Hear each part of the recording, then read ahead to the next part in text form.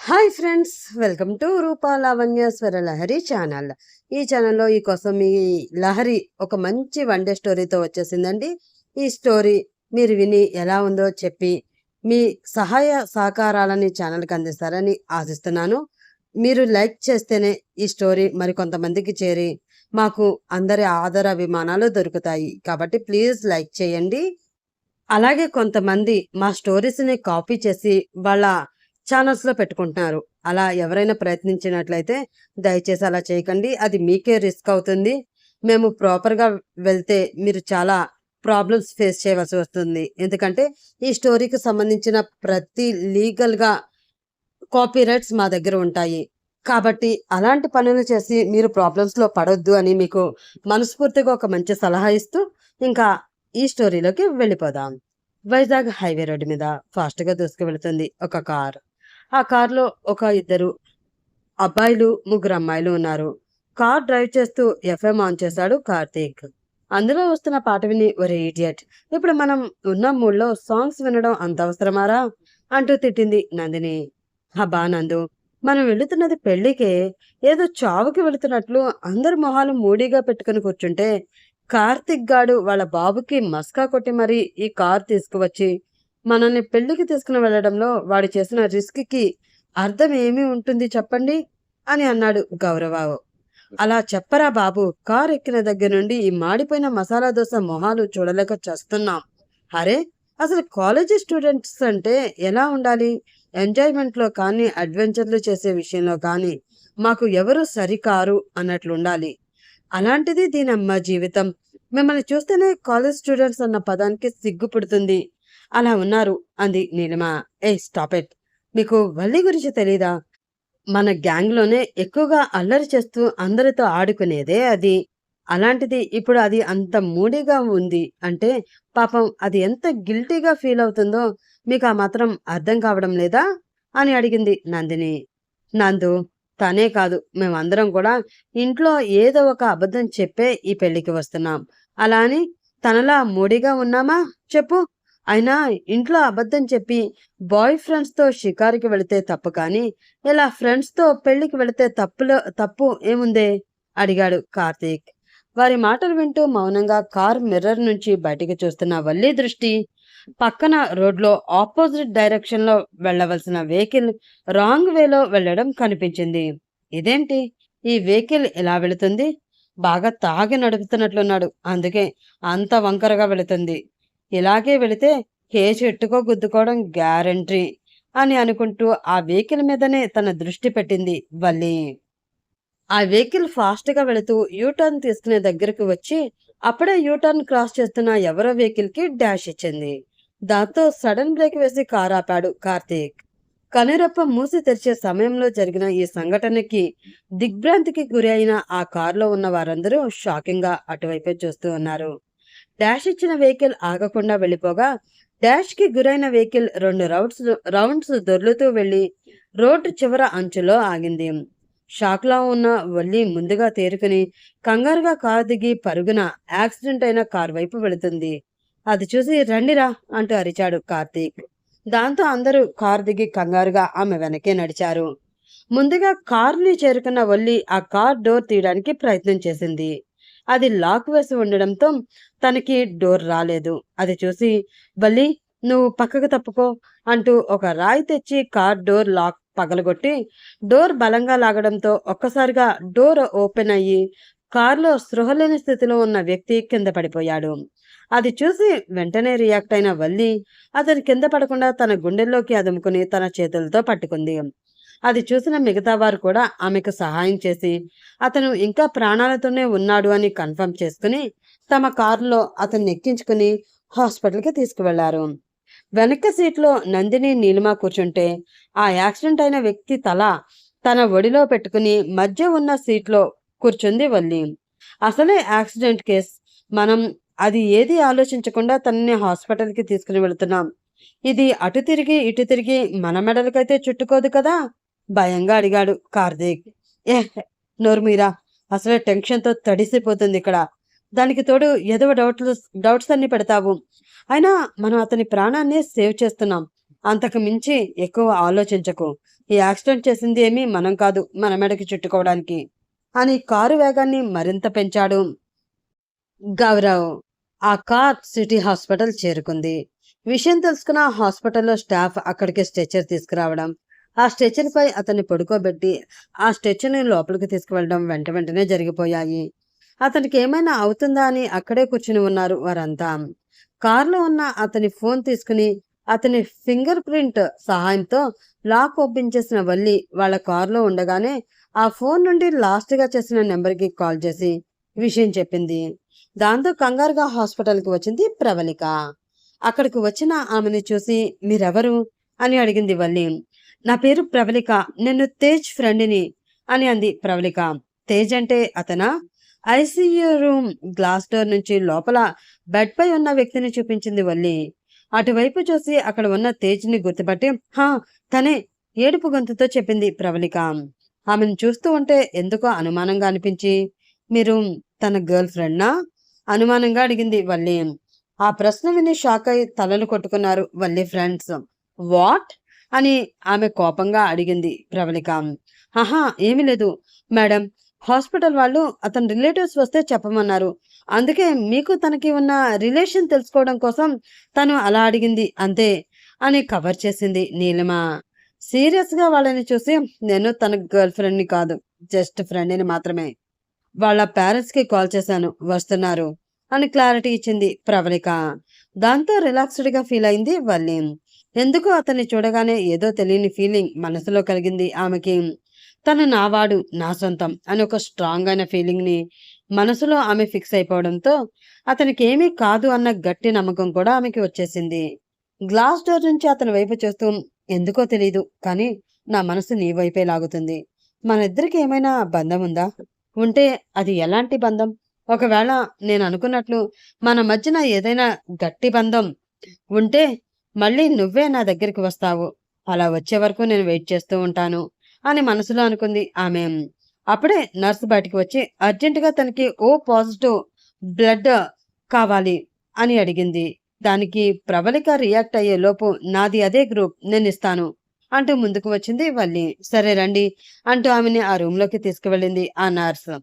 ఆమె ప్రవర్తన కొంచెం వింతగా ఉండడంతో ఒకరి మొహాలు ఒకరు చూసుకున్నారు ఫ్రెండ్స్ అందరూ. బ్లడ్ ఇచ్చి బయటికి వచ్చి తనకేం పర్వాలేదట, అవుట్ ఆఫ్ డేంజర్ అని చెప్తున్నారు అని వల్లి అనడంతో ప్రశాంతంగా ఫీల్ అవుతూ సరే ఇప్పుడు తనకి బాగానే ఉంది కదా, ఇంకా మనం వెళ్దాం, ఇప్పటికే మనకి బాగా లేట్ అయిపోయింది అంటూ చెప్పారు ఫ్రెండ్స్. ఆ మాటతో ఒక్కసారిగా డల్ అయిపోయింది వల్లి. ఎందుకో అతన్ని అలా వదిలి వెళ్ళాలి అంటే ఆమెకి అస్సలు మనసు ఒప్పుకోవడం లేదు. అయినా కూడా వెళ్ళాలి, తనని మళ్ళీ కలవాలి అంటే ఇప్పుడు వెళ్ళక తప్పదు. ఇక్కడే ఉండి పిచ్చిదానిలా అతని కోసం ఎదురు చూస్తూ ఉంటే నిజంగానే అందరూ తనని పిచ్చిది అనుకుంటారు. డెస్టినీ అంటూ ఒకటి ఉంటుంది, అది మనల్ని కలపాలి అని ముందే ఫిక్స్ అయి ఉంటే ఖచ్చితంగా అతను నా దగ్గరికి నన్ను వెతుక్కుంటూ వస్తాడు. అప్పటి వరకు నేను ఎదురు చూస్తూ ఉంటాను అని మనసులో అనుకుని జాగ్రత్తగా చూసుకోండి అని ప్రవళికకి 1కి 2 సార్లు చెప్పి అక్కడి నుంచి ఫ్రెండ్స్తో కలిసి వెళ్ళిపోతుంది వల్లి. అలా వెళుతుందే కానీ ఆమె మనసంతా ఆ హాస్పిటల్లో ఆ తేజ దగ్గరే ఉండిపోయింది. ఇది జరిగిన ఒక వారం తర్వాత. ఏంటి నువ్వు చెప్పేది, ఆ అమ్మాయి చూపుల్లో అంత డెప్త్ ఉందంటావా అంటూ తనకి ఫ్రూట్ జ్యూస్ అందిస్తూ ఉన్న ప్రవళిక వైపు చూస్తూ అడిగాడు తేజ్. అంతా ఇంత కాదురా బాబు, ఏదో నువ్వు తన సొంతమైనట్లు నీకోసం ఎంత ఇదైపోయింది అనుకుంటున్నా. నేను నీ గర్ల్ ఫ్రెండ్ అని అని ఉంటే నన్ను చంపేసేదేమో. ఆ క్షణం ఆమె కళ్ళను చూస్తే నీకోసం ఎంత కంగారు పడుతుందో నీకు తెలిసి ఉండేది. నిజం చెప్పాలి అంటే ఆ అమ్మాయి లేకపోతే ఈ రోజు నువ్వు లేవు. అలా అని చెప్పి ఆ అమ్మాయి ఏదేదో ఫీల్ అయిపోతే అది తప్పు కదా అంది ప్రవళిక. నోరు మీవే, తప్పని ఎందుకు అనుకుంటున్నావు? ఏమో ఆ అమ్మాయికి నాకు రాసి పెట్టుందేమో, తను మంచి ఉద్దేశంతోటే నన్ను అలా చూసిందేమో అని అన్నాడు తేజ్. నీ బొందరా, నీ బొంద మంచిరా. హాస్పిటల్ బెడ్ మీద ఉన్న ఏ పేషెంట్నైనా సరే ఎవరైనా అలా చూస్తారో చెప్పు. అలా చూసిందంటే ఆ అమ్మాయి కొంచెం తేడా అనే కదా అర్థం అని ప్రవళిక అనడంతో ఆమె నెత్తి మీద ఒకటి పీకి తప్పుగా మాట్లాడొద్దు ప్రవళిక. అందంగా స్టైల్గా కారులో తిరిగే వాళ్ళని ఏ అమ్మాయిలైనా చూస్తారు, కానీ ప్రాణాపాయ పరిస్థితిలో ఉన్న నన్ను కాపాడి తన రక్తం ఇచ్చి నన్ను తన సొంత వాడిలా చూసుకున్న ఆమెను పట్టుకుని నువ్వు అలా మాట్లాడడం చాలా తప్పు. ప్రేమ అన్నది చాలా గొప్ప ఫీలింగ్. అది ఏ క్షణాన ఎవరి మీద ఎలా కలుగుతుందో ఎవ్వరమూ చెప్పలేము. ఏమో, నేనలా కార్ డోర్ తీయగానే ఆమె చేతుల్లోకి పడిపోయి, ఆమె గుండెల్లో ఒదిగిపోయిన క్షణం ఆమెకి నా మీద ప్రేమ కలిగిందేమో! నా గురించి ఏమీ తెలుసుకోకుండానే, కనీసం పేరు కూడా తెలుసుకోకుండానే నా మీద అలాంటి ఫీలింగ్ డెవలప్ చేసుకుంది అంటే, అందులో ఎంతో కొంత జెన్యూన్ ఉంటుంది. అదే కనుక నిజమై ఉంటే డెస్టినీ మా ఇద్దరిని కలుపుతుంది. లేదు అంటే అక్కడితో, ఆ రోజుతో ఆ కథ ముగిసిపోయినట్లే అని చిన్నగా నవ్వాడు తేజ. అవునా? సరే. అయితే అది నేను చూస్తాను. నిజంగా ఆ అమ్మాయిది తప్పుడు ఉద్దేశం కాదు. నీ మీద నిజంగానే కలిగిన ప్రేమ అయ్యి ఉంటే మీ ఇద్దరూ తప్పకుండా కలుస్తార్రా. అలా కలవకపోతే మాత్రం ఈ ప్రేమ, దోమ, లవ్ ఎట్ ఫస్ట్ సైట్ ఇది అంతా ట్రాష్ అని నువ్వు ఒప్పుకోవాలి అంది ప్రవళిక.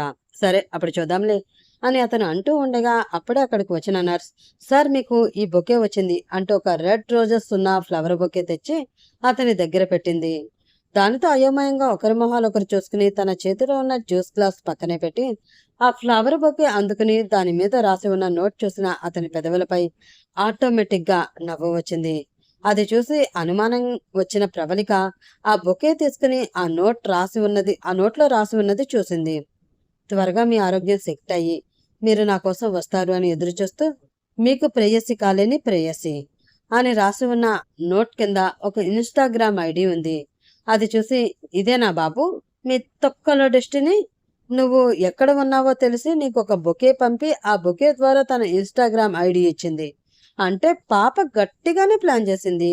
ఇప్పుడేంటి, నువ్వు ఈ ఐడి పట్టుకుని ఆమెకి మెసేజ్ చేసి చాటింగ్లు మొదలుపెట్టి మెల్లిగా మీటింగ్ స్పాట్ పెట్టుకుని కలుసుకుని కబుర్లు చెప్పుకుని కుదిరితే పెళ్లిదాకా మీ పరిచయాన్ని తీసుకువెళ్ళి ఆ తర్వాత మమ్మల్ని కలిపింది డెస్టినీ, మాది ట్రూ లవ్ అంటూ ఒక కాకమ్మ కథ మాకు చెప్తావా అంటూ ఆమె అడుగుతూ ఉండగానే తన ఫోన్ తీసుకుని ఆ ఇన్స్టాగ్రామ్ లో ఆ ఐడి సెర్చ్ చేస్తూ ఉన్నాడు అతను.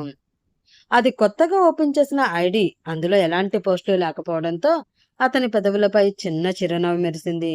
అది చూసి తల కొట్టుకుని, ఇదేం కొత్త రకం మాయరోగమో అని అనుకుంది ప్రవళిక.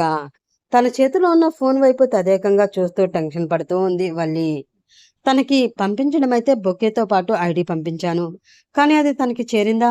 చేరితే దాన్ని చెత్తబుట్టలోకి చేర్చకుండా తన గుండెలో దాచుకుంటూ ఆ ఐడితో నాకు మెసేజ్ చేస్తాడా లేదా అని ఆమె ఆతృతగా ఆ ఫోన్ వైపే రెప్ప కూడా వేయకుండా ఎదురు చూస్తూ ఉంది. అలా సమయం గడుస్తూ ఉన్నా కూడా ఆ ఫోన్కి ఎటువంటి మెసేజ్ రావడం లేదు. దానితో ఆమెకి ఏం చేయాలో అర్థం కావడం లేదు. అప్పుడే వల్లి ఒకసారి ఇటు రావే అంటూ కిచెన్ నుండి భాగ్యం పిలవడంతో, అబ్బా అమ్మకి ఇప్పుడేం గుర్తొచ్చిందో అని తిట్టుకుంటూ, హా వస్తున్నా అమ్మా అని ఫోన్ అక్కడే పెట్టేసి కిచెన్లోకి వెళ్ళింది వల్లి.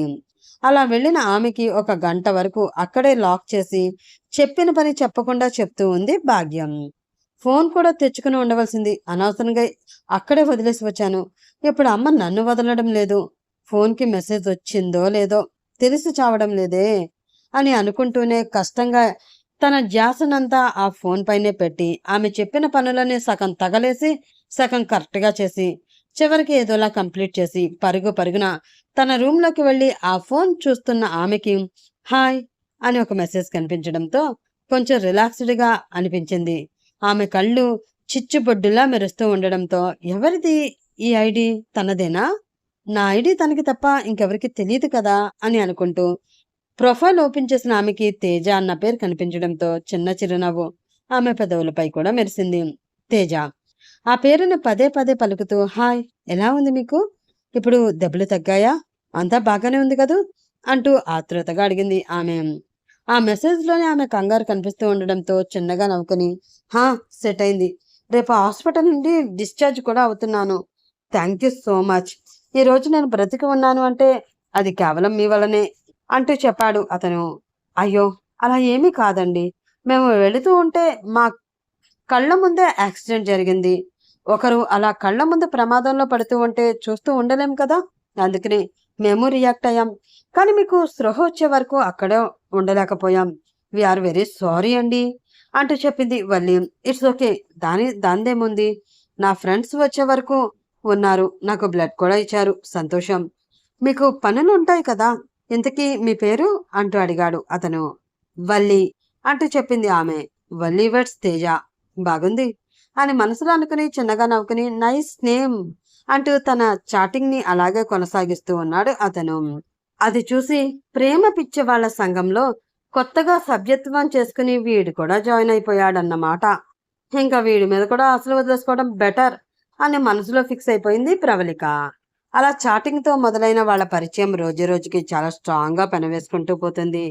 ఒకరంటే ఒకరి మనసులో ఒక రకమైన ఫీలింగ్ మొదలైంది. మాటల్లో ఇష్టాలను తెలియజేసుకుంటూ ఆ ఇష్టాలలో కష్టాలను కూడా పంచుకుంటూ ఆ కష్టాలు జీవితాంతం ఇష్టంగా భరిస్తూ ఒకటిగా బ్రతకాలి అని ఫిక్స్ అయిపోయారు వాళ్ళు. అలా కొన్ని నెలలు ముందుకు గడిచిపోయింది. వల్లి స్టడీస్ కంప్లీట్ అయ్యాయి. తేజ్ కూడా తన బిజినెస్ లో సక్సెస్ సాధించి ఉన్నత స్థాయిలకు ఎదుగుతూ ఉన్నాడు. సరిగ్గా అప్పుడే వారి జీవితంలో ఒక పెను తుఫాను వచ్చింది. అది వారిద్దరూ ఊహించని విధంగా వారి జీవితాలని అల్లకల్లోలం చేసి పడేసింది. వల్లి వల్లి అని చాలా సంతోషంగా భాగ్యం పిలవడంతో హా అమ్మా వస్తున్నా అంటూ పలికి నేను మళ్ళీ వస్తాను అమ్మ పిలుస్తుంది అని మెసేజ్ తో తేజకి ఇన్ఫర్మేషన్ ఇచ్చి ఆ ఫోన్ పట్టుకుని బయటకు వెళ్ళింది వల్లి. అక్కడ చాలా మంది బంధువులు కనిపించారు ఆమెకి. ఎప్పుడూ ముఖ పరిచయం కూడా లేని వాళ్ళందరినీ అయోమయంగా చూస్తూ ఉంది వల్లి. ఆమెను చూసి అలా చూస్తావేంటే, తను ఎవరనుకుంటున్నావు? మీ మేనమావయ్య, నాకు స్వయానా అన్నయ్య. సారీ అండి, కథ మధ్యలో డిస్టర్బ్ చేస్తున్నందుకు. ఇక్కడ పేర్లు కొంచెం తప్పు పడినాయండి. భానుప్రకాష్ కాదు మాధవరావు, అలాగే సూర్య కాదు హర్ష, గమనించగలరు.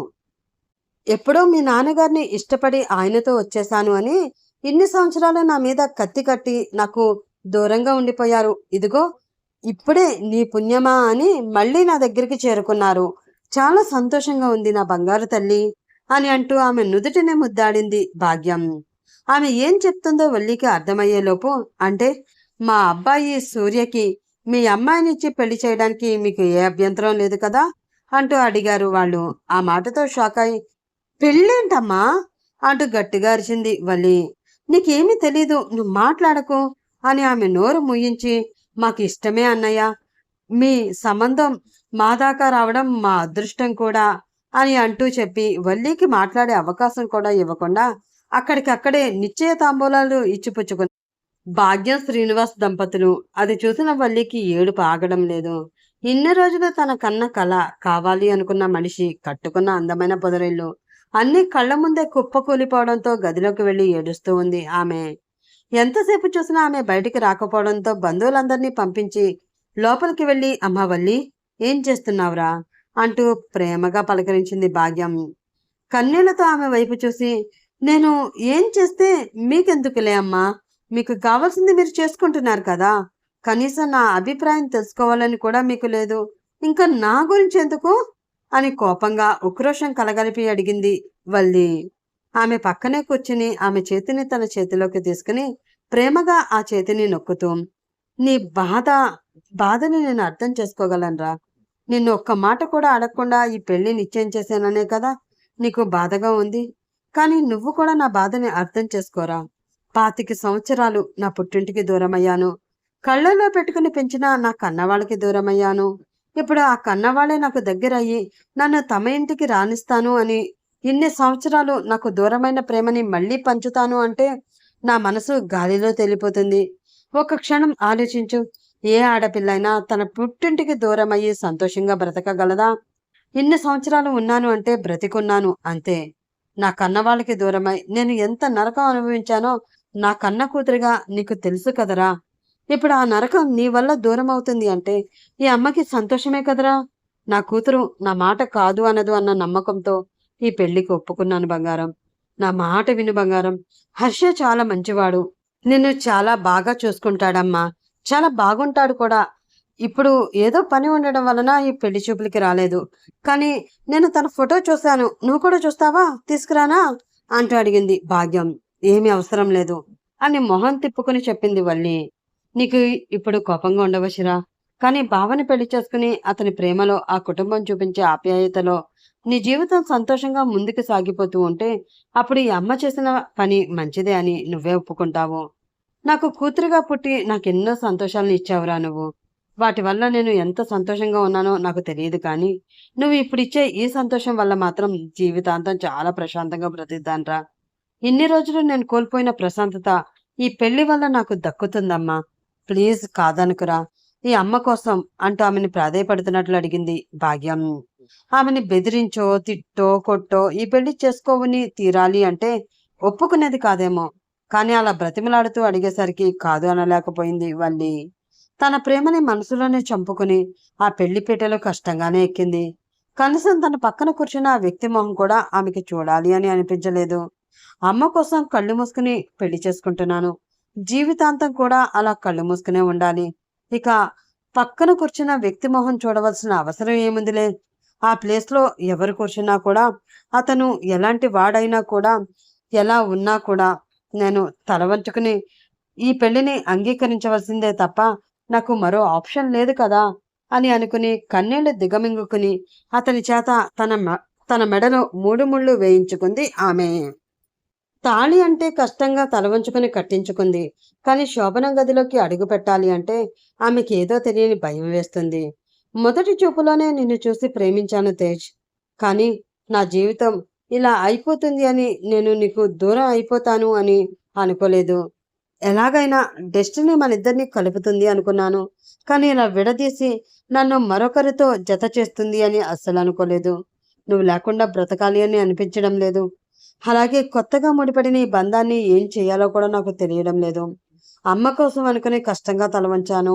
అలా అని నీకు మాత్రమే సొంతం చేయాలి అనుకున్న ఈ తనువు, నా మనసుని మరి ఎవరికో నేను సొంతం చెయ్యలేను. ఇది నా వల్ల కాదు. ఇది జరగక ముందే చచ్చిపోతే బాగుండును అనిపిస్తుంది అని ఆమె మనసులో అనుకుంటూ ఉండగానే ఆమెని అందంగా అలంకరించిన శోభనం గదిలో వదిలిపెట్టి తలుపులు వేశారు ముత్తైదువులు. దానితో ఏం చేయాలో ఆమెకి అర్థం కావడం లేదు. ఒళ్ళు మొత్తం చెమట పట్టేసి షివర్ అయిపోతూ ఉంది. ఏదైతే అది అయింది, అతనితో చెప్పేస్తాను నాకు ఈ పెళ్లి ఇష్టం లేదు అని. అమ్మ కోసమే నేను ఈ పెళ్లి చేసుకున్నాను అని క్లియర్గా చెప్తాను, అర్థమయ్యేలాగా చెప్తాను. నేను నా తేజ్ని తప్ప నా జీవితంలో ఇంకా ఎవరిని నేను ఊహించుకోలేను అని ఆమె మనసులో అనుకుంటూ ఉండగానే ఆ గదిలోకి ఎవరో వస్తున్నట్లు అడుగుల శబ్దం వినిపించింది. ఆ శబ్దం విన్న ఆమె గుండె ఒక్కసారిగా వేగం అందుకుంది. ఎలాగైనా చెప్పేయాలి అని ఆమె అనుకుంటూ గోడ మీద కనిపిస్తూ ఉన్న నీడ వైపు ఆమె అలా చూస్తూ ఉండగా ఒక వ్యక్తి నీడ తన వెనకగా వచ్చి తన భుజం మీద చేతులు వేస్తున్నట్లు అనిపించడంతో నో అంటూ గట్టిగా అరిచింది ఆమె. ఆమెకి 2 అడుగుల దూరంలో ఉన్న అతను ఆ అరుపుకి అదిరిపడి ఏమైంది అంటూ చాలా సీరియస్గా అడిగాడు. ఆ మాటతో మొహానికి పట్టిన చెమటని పవిటి చెంగుతో తుడుచుకుంటూ ఏమీ లేదు, కొంచెం భయంగా అనిపించింది అంది ఆమె. నువ్వు భయపడవలసిన అవసరం ఏమీ లేదు. ఇక్కడ నువ్వు అనుకున్నట్లు ఏమీ జరగడం లేదు, జరగదు కూడా. చాలా సీరియస్గా వచ్చింది హర్ష వాయిస్. అంటే ఏంటి ఇతను అనేది? అంటే నాకు ఇష్టం లేదు ఈ పెళ్లి అన్న విషయం ఇతనికి తెలిసిపోయిందా? అంటే ఇప్పుడు నేను ఇతనికి దూరంగా ఉంచాలి అని అనుకున్నది జరగదు అని చెప్తున్నాడా? ఎలాగైనా నన్ను సొంతం చేసుకుంటాను అని వార్నింగ్ ఇస్తున్నాడా అని అరచేతుల్లోనే గుండెలను పెట్టుకున్నట్లు కంగారు పడిపోతూ టెన్షన్గా తన కింద పెదవిని మునిపంటి కింద పెట్టి కొరికేసుకుంటూ ఉంది ఆమె. కానీ వెనక్కి తిరిగి అతన్ని చూసే ధైర్యం చేయలేకపోతుంది. ఒక 2 నిమిషాలు ఆమెని అదే డైనమాలో ఉంచి గ్యాప్ ఇచ్చిన అతను ఆమె నుండి ఎటువంటి సమాధానం రాకపోవడంతో భారంగా శ్వాస తీసుకుని వదిలి, చూడు, నువ్వు ఈ పెళ్లి ఎందుకు చేసుకున్నావో నాకు తెలియదు. నేను మాత్రం మా పెద్దవాళ్ళ బలవంతం మీద చేసుకున్నాను. నాకు ఈ పెళ్ళంటే ఇష్టం లేదు. నేను మరొక అమ్మాయిని ప్రేమిస్తున్నాను.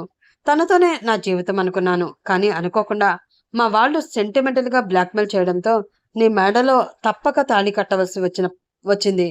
నేను కట్టిన ఆ తాళిని కానీ నిన్ను కానీ నేను ఎప్పటికీ అంగీకరించను. నా జీవితంలో నా భార్య స్థానం అంటే అది నేను ప్రేమించిన నా వల్లీకే కానీ నీకు ఎప్పటికీ దక్కదు అంటూ చాలా సీరియస్గా చెప్పాడు అతను. ఆ మాటతో ఆశ్చర్యంతో ఆమె కళ్ళు పెద్దవయ్యాయి. వల్లీకే అంటాడు, మళ్ళీ అది నీకు కాదు అంటాడు. అసలు ఏం మాట్లాడుతున్నాడు ఇతను అని అనుకుంటూ, చూడండి, మీరు అనుకుంటున్నట్లు అంటూ అతని వైపు తిరిగి సీరియస్గా అతనితో మాట్లాడి నువ్వంటే నాకు ఇష్టం లేదు అని చెప్పాలి అనుకుని అక్కడ ఉన్న అతన్ని చూసి బొమ్మలా నిలబడిపోయి మాటలు రానట్లు కళ్ళు పెద్దవి చేసి అతనే చూస్తూ ఉండిపోయింది ఆమె. అక్కడ కోపంగా తన వైపే చూస్తూ నిలబడ్డాడు తేజ అలియాస్ హర్ష తేజ. తేజ్ ఏంటి ఇక్కడ ఉన్నాడు అని ఆమె అనుకుంటూ ఉండగా, ఏం చూడాలి, ఇప్పుడేంటి, పెళ్లి చేసుకున్నాను కాబట్టి నీతో బలవంతంగా అయినా కాపురం చేయాలి అంటున్నావా? అది నా వల్ల కాదు. మనసులో ఒకరిని పెట్టుకుని నిన్ను నా భార్యగా నేను ఎప్పటికీ స్వీకరించలేను. ఈ విషయాన్ని నువ్వు గుర్తు పెట్టుకుంటే అది నీకే మంచిది. ప్రపంచం దృష్టిలో నువ్వు మిసెస్ సత్య అయ్యుండవచ్చు. కానీ నా దృష్టిలో మాత్రం నువ్వు మిస్ సత్యావే. కొన్ని రోజుల్లోనే ఈ ప్రాబ్లంకి సొల్యూషన్ వెతుకుతాను. అప్పటి వరకు ఈ విషయం బయట ఎవరికీ చెప్పకుండా సైలెంట్‌గా ఉంటే నీకే మంచిది. లేదు చెప్తాను, రచ్చ చేస్తాను అంటావా? నీ ఇష్టం. ఎవరికి చెప్పుకున్నా నా అభిప్రాయం మాత్రం మారదు. అలా రచ్చ చేస్తే నీ దరిద్రం కూడా నాకు త్వరగా వదిలిపోతుంది. అందరి ముందు ఇదే మాట చెప్పి తిరిగి నిన్ను మీ పుట్టింటికి పంపించడం నాకు క్షణంలో పని. గుర్తుపెట్టుకో అంటూ సీరియస్‌గా చెప్పి అక్కడి నుంచి ఆ గది బాల్కనీలోకి వెళ్ళిపోయాడు అతను. దానితో విషయం అర్థమైన సత్యశ్రీవల్లి అందంగా నవ్వుకుంది. అంటే మా హర్షతేజ గారికి తను ప్రేమించిన అమ్మాయి తన ప్రియురాలు, తన భార్య అయ్యింది అని తెలీదనమాట. ఎలా తెలుస్తుందిలే? ఎప్పుడైనా నా మొహం చూస్తేనే కదా ఆయన గారికి తెలిసేది. కనీసం మేమిద్దరం ఎప్పుడు కాల్స్‌లో కూడా మాట్లాడుకోలేదు. మెసేజ్‌లే కాబట్టి తెలిసే అవకాశమే లేదు అని అనుకుని చిన్నగా నవ్వుకుని ఐ యామ్ వెరీ హ్యాపీ అమ్మా. ఎవరితోనో పెళ్లి అంటే భయపడ్డాను కానీ అది నేను ఇష్టపడిన నా తేజ్‌తోనే అని తెలిసి ఉంటే నేనింత భయపడేదాన్నే కాదు. ఆ పెళ్లిని కూడా చాలా సంతోషంగా చేసుకునేదాన్ని. ఇప్పటికైనా ఏమీ మించిపోదులే. నేను ప్రేమించిన వాడే నా మొగుడయ్యాడు. అంతకు మించి నాకేం కావాలి అని మనసులో అనుకుని ఇప్పుడు మా శ్రీవారికి ఈ విషయం ఎలా చెప్పాలి అని అనుకుంటూ తన ఫోన్ తీసుకుని ఇన్‌స్టాగ్రామ్‌లో హాయ్ అంటూ మెసేజ్ చేసింది ఆమె. బయటికి వెళ్లి ఆకాశంలో చందమామని చూస్తూ తన తండ్రి బలవంతం మీద తనకి ఈ పెళ్లి ఎలా చేశాడో అని ఆలోచిస్తూ ఉన్న తేజ్ ఫోన్ మెసేజ్ టోన్‌తో వైబ్రేట్ అవ్వడం గమనించి ఆతృతగా ఆ ఫోన్ తీసుకుని హాయ్ అని ఒళ్ళి నుండి వచ్చిన మెసేజ్ చూసి ఒక్క క్షణం రిలాక్స్డ్‌గా ఫీల్ అవుతూ ఏ మెంటల్ ఎక్కడికి వెళ్ళిపోయావే? నీకు ఎన్ని రోజుల నుంచి మెసేజ్ చేస్తున్నానో తెలుసా? కాల్ చేసినా లిఫ్ట్ చేయడం లేదు. ఏమైపోయావు? ఇన్‌స్టాగ్రామ్ కాల్ ఫ్రెండ్స్ అంటూ కంగారుగా మెసేజ్‌లో అడుగుతున్నాడు అతను. రూమ్‌లోంచి అతని ఫేస్‌లో కనిపిస్తున్న ఎక్స్‌ప్రెషన్ చూసి మనస్ఫూర్తిగా నవ్వుకుంటూ ఏమీ లేదు. నా ఫోన్ పోయింది. దానితో కాంటాక్ట్ చేయడం కుదరలేదు. ఇప్పుడే రిపేర్ అయ్యి మళ్ళీ నా దగ్గరికి చేరింది. సారీ లేట్‌గా మెసేజ్ చేస్తున్నందుకు అని. అయినా అంత కంగారు పడ్డానికి ఏమైంది ఇప్పుడు? కొంపతీసి నేను మెసేజ్ చేయడం లేదు అని హ్యాండ్ ఇచ్చేశాను అనుకుని నువ్వు వేరే ఎవరినైనా పెళ్లి చేసుకొని సెటిల్ అయిపోయావా ఏంటి? అంటూ ఏమీ తెలియనట్లు అడిగింది ఆమె. ఆ మాటతో అదిరిపడ్డాడు అతను. ఇప్పుడు దీనికేం చెప్పాలి?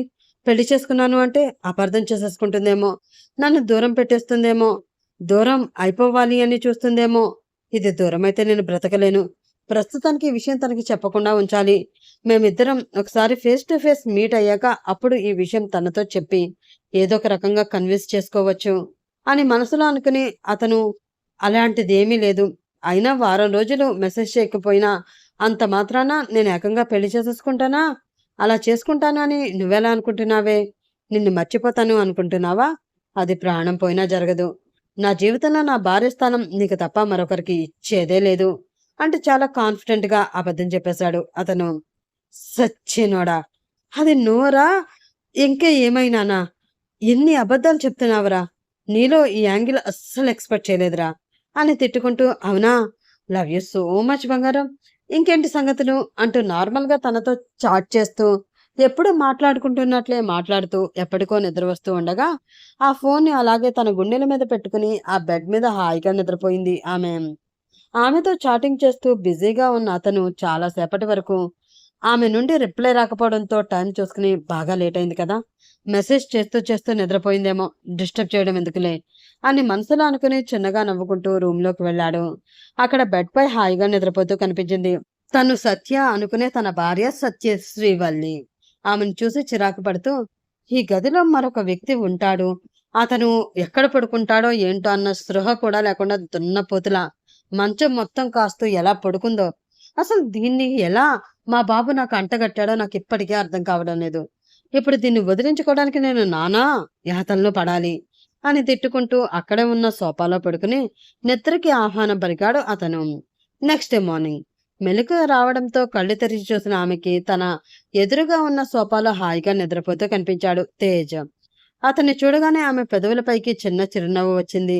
ఎంత ముద్దుగా ఉన్నావురా బంగారం.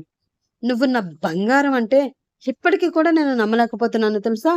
అనుకోకుండా మనం కలుసుకోవడం, సరదాగా మొదలైన మన ప్రయాణం, సీరియస్‌గా మారిన మన ప్రేమ, ఊహించని విధంగా జరిగిన మన పెళ్లి అంతా కూడా నాకు ఒక కలలాగా, ఒక మిరాకిల్‌లాగా ఉంది అని అనుకుంటూ మెల్లిగా ఆ బెడ్ దిగి అతని దగ్గరికి వెళ్లి అతని మొహం వైపు చూస్తూ ఉంది ఆమె.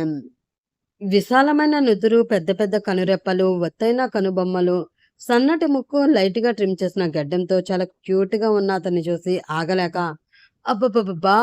ఎంత క్యూట్‌గా ఉన్నావో ఉమ్మా" అంటూ ముద్దు పెట్టడానికి మూతి ఇంత పొడవున ముందుకి చాపి అతని దగ్గరికి వస్తూ ఆమె ఉండగా, సడెన్‌గా కళ్ళు తెరిచాడు అతను.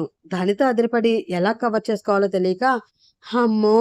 వీడేంటి ఇంత సడెన్‌గా కళ్ళు తెరిచాడు? ఇప్పుడు నన్ను ఇలా చూసి కోపం ఆపుకోలేక చంపేస్తాడేమో" అని మనసులో భయంగా అనుకుంటూ, ఒక తింగరి చూపు చూస్తూ, అప్పటికప్పుడు ఏదో ఒక ఐడియా రావడంతో, "ఉఫ్ఫు! ఉఫ్ఫు!" అంటూ ఊదుతూ ఉంది ఆమె. దానితో విసుగ్గా ఆమె వైపు చూసి, "ఏం చేస్తున్నావు?" అంటూ అడిగాడు అతను. "అంటే అది దుమ్ము. మీరు అందంగా పడుకున్నప్పుడు దుమ్ము మీ మొహం మీద పడి మీకు చిరాకు తెప్పిస్తూ ఉంటే, చేతులతో తుడిస్తే ఎక్కడ చంపేస్తారో అని నోటితో ఊదుతున్నాను" అని తడబడుతూ చెప్పింది ఆమె. కానీ ఆమె చెప్పిన కారణం అతనికి నమ్మాలి అని అనిపించలేదు. "దుమ్ముంటే నేను దులుపుకుంటాను. కానీ నువ్వు ముందు నాకు దూరంగా జరుగు" అంటూ చిరాగ్గా అన్నాడు అతను. ఆ మాటతో కంగారుగా వెనక్కి జరగబోయి, మోకాళ్ళ మీద కూర్చున్న ఆమె కాస్త వెనక్కి చితకిలిబడి తింగర మొహం వేసుకుని అతని వైపు చూస్తూ ఉంది. అది చూస్తున్న అతనికి నవ్వొచ్చింది. కానీ కంట్రోల్ చేసుకుంటూ సోఫాలోంచి లేచి కూర్చుని, "ఏం చేద్దాం అనుకుంటున్నావు నన్ను?" అంటూ సీరియస్‌గా అడిగాడు అతను. అంతే సీరియస్‌గా అతని వైపు చూస్తూ, "అయ్యో రామా! నేను మిమ్మల్ని ఏం చేస్తానండి? మీరు ఏమైనా చిన్న పిల్లవాడా ఏంటి? చాక్లెట్‌లు, ఐస్ క్రీమ్‌లు ఎర చూపించి కిడ్నాప్ చేయడానికి? నేనేమైనా పేరు మోసిన పెద్ద కిడ్నాపర్‌నా? మిమ్మల్ని ఏదైనా చేయడానికి?" అంటూ గుండ్రంగా ఉండే తన కళ్ళని అటూ ఇటూ తెగ తిప్పేస్తూ చెప్పింది ఆమె. "నువ్వు మరీ అంత ఓవరాక్షన్ చేయకు. నాకు ఈ పెళ్లి అంటే ఇష్టం లేదు. ఎలాగైనా ఆపు అని నీకు కాల్ చేసి చెప్పినా కూడా నువ్వు ఆపకుండా కళ్యాణ మండపానికి వచ్చినప్పుడే నువ్వు మామూలు ఆడదానివి కాదు. బాగా దేశముదురు అని నాకు అర్థమైంది. నీ దేశముద్ర వేషాలు నా దగ్గర చెల్లవు. ఇది గుర్తు పెట్టుకుని పిచ్చి పిచ్చి నాటకాలు ఆడకుండా పద్ధతిగా నడుచుకో. ఒక 6 నెలలు కళ్ళు మూసుకున్నావు అంటే నీకు నాకు విడాకులొచ్చేస్తాయి. ఆ తర్వాత నీ దారి నీది, నా దారి నాది" అంటూ చెప్పాడు అతను. ఆ మాటతో మనసులో చిన్నగా నవ్వుకుని, "నీ దారి నా దారి ఒకటేరా. ఆ దారులు వేరైతేనే ఇద్దరి జీవితాలు అవుతాయి గోదారి" అని అనుకుని, "అలాగా? అలాగే అండి" అంది ఆమె. పళ్ళు కొరుకుతూ ఆమె వైపు చూస్తూ, దీనికి ఒళ్ళంతా కొవ్వున్నట్లుంది.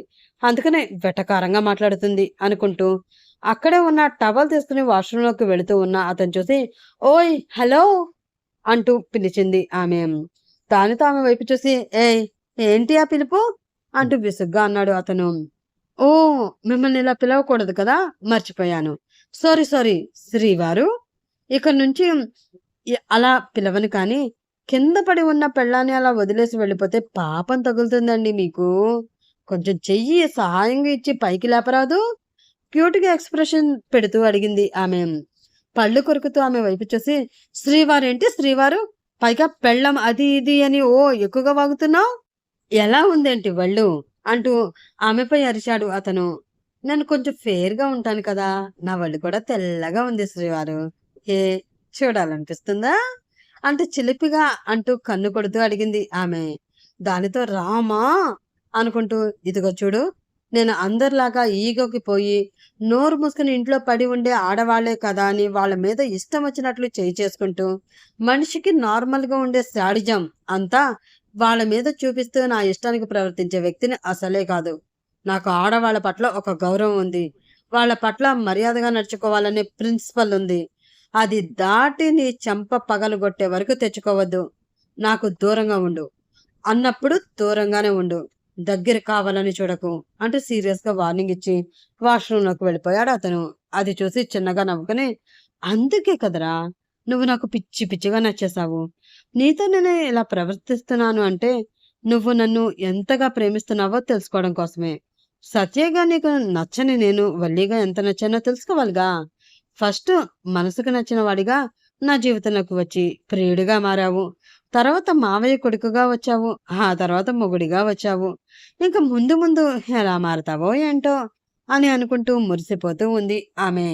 అప్పుడే ఎవరో తలుపు కొడుతూ ఉండడంతో వెళ్ళి డోర్ ఓపెన్ చేసిన ఆమెకి చిన్నగా సిగ్గుపడుతూ కనిపించింది సరళాదేవి.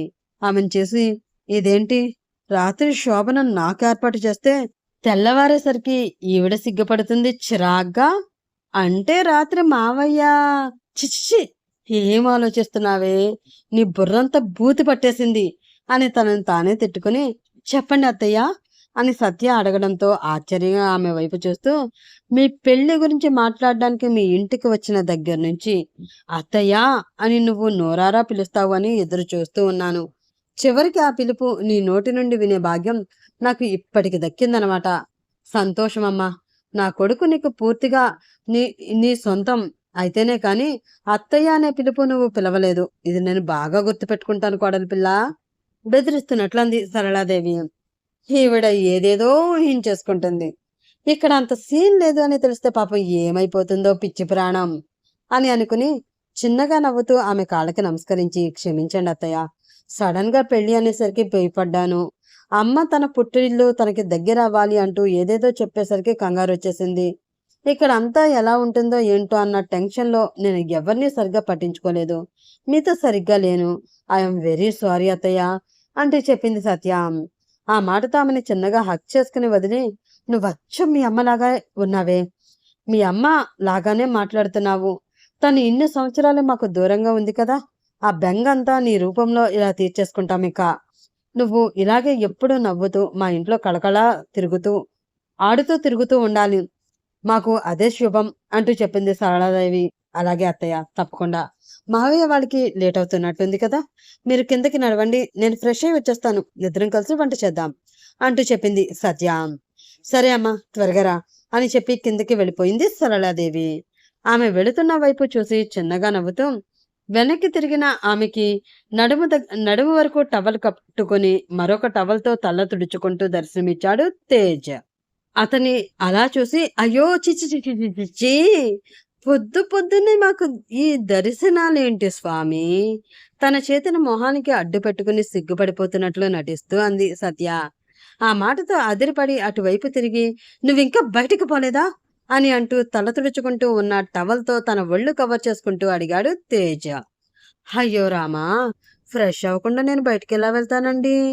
కొత్త కోడలు పాచిమోహం వేసుకుని ఇల్లంతా తిరిగితే ఎంత చండాలంగా ఉంటుంది చెప్పండి. రాత్రంతా నిద్రపోకుండా మీ ఆయన కూర్చోబెట్టుకుని మరీ నీకు ఇదే నేర్పాడా అని 10 మంది అడిగితే నేనేం సమాధానం చెప్పాలి? మీకు చెడ్డ పేరు వచ్చేయదు అంది ఆమె. హోయ్, నువ్వు చాలా ఓవర్ చేస్తున్నావు. నిన్ను నిద్రపోనివ్వకుండా నేనేం చేశాను? గదిలో మరొక మనిషి ఉన్నాడు, వాడు పైన పడుకుంటాడేమో అన్న ఇంగిత జ్ఞానం కూడా లేకుండా మంచమంతా కాసి దున్నపోతులా గురకపెట్టి మరీ పడుకున్నావు కదే. ఇంకా నిద్రపోలేదు అంటూ ఏంటి దెప్పుబడుపు మాటలు అంటూ కోపంగా అడిగాడు తేజ్. అయ్యో శ్రీవారు, డూ కాదండి, రూ అనాలి. మా వారికి ఎవరైనా గౌరవం ఇవ్వకుండా మాట్లాడితే నాకు మహా చెడ్డ చిరాకు బాబా. ఈ విషయం పక్కన పెడితే మీకు నాకు పెళ్లి అయిందని నిన్న రాత్రి మన ఇద్దరికి శోభన ఏర్పాట్లు జరిగాయి అని, మన ఇద్దరం ఒకే గదిలోకి వచ్చాము అని అందరికీ తెలుసు. కాబట్టి ఇక్కడ ఏం జరిగినా జరగకపోయినా నేను గదిలోకి వచ్చిన తర్వాత మీరు నన్ను పట్టుకుని నలిపేసి కింద మీద పడేసి మన ఇద్దరి మధ్య ఏదేదో జరిగిపోయింది అని బయట ప్రపంచమంతా మాట్లాడుకుంటుంది తప్ప ఇక్కడ ఏమీ జరగలేదు. ఆ అబ్బాయి శుద్ధపూస, అతనికి ఏమీ తెలీదు. అందమైన పెళ్ళం కళ్ళ ముందు కనిపిస్తూ ఉన్నా కూడా ముట్టుకోకుండా వెళ్ళి సోఫాలో పడుకున్నాడు. ఆ అమ్మాయి ఏమో దున్నపోతులాగా మంచం మీద ఉంది అని అనుకుంటారా చెప్పండి? ఈ విషయాన్ని మీకు నాకు తప్ప ఎవరికీ తెలియదు కదా. అలాంటప్పుడు జరగవలసిందేదో జరిగిపోయింది అని ఊహించేసుకుని నా కన్నత్వాన్ని మొత్తం మీరు దోచేసుకున్నారు అని అనుకుంటారు తప్ప నేనింకా కన్నినే అని ఎవరు అనుకుంటారు చెప్పండి? ఒకవేళ వాళ్ళు అలా అనుకోవాలి అని నేను అరిచి గోల చేసి మైక్ పట్టుకుని ఊరంతా వినిపించేలా చెప్పినా కూడా ఎవరైనా నమ్ముతారా ఏంటి మీ పిచ్చి కాని అంటూ అతను బుగ్గల్లో తన చేతితో పొడిచింది ఆమె. అబ్బా అంట ఆ బుగ్గలో చేతితో రుద్దుకుంటూ, పిచ్చి నాకు కదే నీకు అందుకే ఇలా పిచ్చి పిచ్చి వాగుడంతా వాగుతున్నావు. ఇప్పుడు ఎవరో నమ్మడం కోసం నిన్ను హాస్పిటల్‌కి తీసుకువెళ్ళి నేను ఏమి టెస్టులు చేయించి నిరూపించలేను కానీ, నోరు మూసుకొని వెళ్లి ఫ్రెష్ అవ్వు. అలాగే ఆ మూసిన నోరు సాయంత్రం వరకు తెరిచావు అంటే, సూది దారం తీసుకుని జీవితంలో తెరిచే వీలు లేకుండా కుట్టి పడేస్తాను. కాబట్టి కొంచెం పద్ధతిగా, నాకు దూరంగా, మర్యాదగా నడుచుకోవడం నేర్చుకో అంటూ వార్నింగ్ ఇచ్చాడు అతను. అతని వైపు వంకరగా చూస్తూ, ఏంటమ్మా ఏంటి? పద్ధతిగా, దూరంగా, మర్యాదగా నడుచుకోవాలా? కానీ అలాగే కానీ అని మనసులో అనుకుని అతని ముందు నుంచే వెళుతూ అతను ఒంటిని కవర్ చేసుకుంటూ ఉన్న టవల్ లాగి అది పట్టుకుని వాష్రూంలోకి పరుగుపెట్టింది ఆమె. ఏ యూ అని కోపంగా అంటూ గట్టిగా అరిచాడు అతను. ఆ అరుపు వాష్రూంలో కూడా వినిపించడంతో చిన్నగా నవ్వుకుంటూ ఫ్రెష్ అయి బయటికి వచ్చిన ఆమెకి సోఫాలో కూర్చుని తన ఫోన్ చూసుకుంటూ కొంచెం టెన్షన్గా ఫీల్ అవుతూ కనిపించాడు అతను. ఆ ఫేస్లో ఫీలింగ్ కనిపెట్టి, అంటే సార్ గారు నాకు మెసేజ్ చేసి రిప్లై రాకపోయేసరికి టెన్షన్ పడుతున్నారనమాట అని అనుకుని తన తలని తుడుచుకుంటూ డ్రెస్సింగ్ టేబుల్ దగ్గరికి వెళ్ళి అందులో చూసుకుంటున్నట్లే చూసి అతను తనని గమనించట్లేదు అనుకున్న క్షణంలో తన ఫోన్ తీసుకుని ఓపెన్ చేసిన ఆమెకి అందులో అప్పటికే 4-5 మెసేజ్లు ఉన్నాయి. హాయ్, గుడ్ మార్నింగ్, ఏం చేస్తున్నావు, లెగిసావా లేదా, టిఫిన్ చేసావా, ఈరోజు ప్లాన్స్ ఏంటి, నిన్ను కలవాలని ఉంది, ఎప్పుడు కనిపిస్తావు, నువ్వు ఎప్పుడు కరుణిస్తావు, ఇలా 1 బై 1 మెసేజ్లు కనిపిస్తూ ఉండడంతో అబ్బో, నన్ను చూడాలని అయ్యగారు చాలా ఆశపడుతున్నారు కానీ ఆ ఆశ ఇప్పుడప్పుడే తీరదు కదా అని అనుకుంటూ అతను చూడకుండా, హాయ్, గుడ్ మార్నింగ్, ఇప్పుడే లేచాను, ఇంకా బ్రేక్ఫాస్ట్ చేయలేదు, చెయ్యాలి, కలుద్దాం, దేనికైనా ఒక సమయం అంటూ ఉంటుంది కదా, అది వచ్చినప్పుడు తప్పకుండా కలుద్దాం, నాకు కూడా మిమ్మల్ని చూడాలి అని ఆశగానే ఉంది, కానీ ఎక్కువ రోజులు వెయిట్ చేస్తేనే మనం కలిసి ఆ క్షణం చాలా అద్భుతంగా మారుతుంది. ఆ అద్భుతమైన క్షణం కోసం మీరు ఎదురు చూస్తూ ఉండండి, నేను ఎదురు చూస్తూ ఉంటాను. ఆ క్షణం వచ్చి డెస్టినీ మనల్ని కలిపిన రోజు ఖచ్చితంగా మన ఇద్దరం ఒకరికి ఒకరం ఎదురుపడతాము అంటూ రిప్లై ఇచ్చింది ఆమె. అది చూసి చిన్నగా నవ్వుకుని ప్రశాంతంగా ఫీల్ అవుతూ తన చాటింగ్ కంటిన్యూ చేశాడు అతను. ఒరేయ్ దొంగనా మొగుడా, నీతో ఇలా చాట్ చేసుకుంటూ కూర్చుంటే కింద వంట ఎవరు చేస్తారట? కొత్త కోడలు ఇంత పొద్దెక్కినా బయటికి రావడం లేదు అంటే అందరూ నానా రకాలుగా మాట్లాడేసుకుంటారు. ఆ పరిస్థితి రాకుండా చూసుకోవాలి అని అనుకుంటూ కొంచెం బిజీ వర్క్లో ఉన్నాను, తర్వాత మాట్లాడతాను అని అక్కడితో ఆ చాటింగ్ క్లోజ్ చేసి తుడుచుకున్న తలకి క్లిప్ పెట్టేసుకుని నొసటి మధ్యలో స్టిక్కర్ అతికించి కంగారుగా బయటికి వెళ్ళిపోయింది ఆమె. అలా ఆమె పరిగెట్టేటప్పుడు ఆమె కాలి అందెలు చేస్తున్న సవడికి ఇరిటేటింగ్గా ఫీల్ అవుతూ ఇదొకతి గంగిరెద్దులాగా. పూర్వకాలంలో చాటింపు వేసేవాళ్ళు ఉండేవారట. అలాగా నేను ఒకదాని ఉన్నాను అంటూ ఇది ఆ గజ్జలతో చాటింపు వేస్తూ ఇల్లు అంతా తిరుగుతుంది అని తిట్టుకున్నాడు అతను. కిందకి వెళ్లి వంటగదిలో సరళాదేవికి సహాయం చేస్తూ బ్రేక్ఫాస్ట్ సిద్ధం చేసింది సత్య. ఆఫీస్కి రెడీ అయిన తేజ్ కిందకి దిగుతున్నాడు. అతను రావడం చూసి చిన్నగా నవ్వుకుని, శ్రీవారు టిఫిన్ రెడీ అంటూ పిలిచింది ఆమె. ఆ మాటతో కోపంగా పిడికిలు బిగించి చంపేసేలా ఆమె వైపు చూశాడు అతను.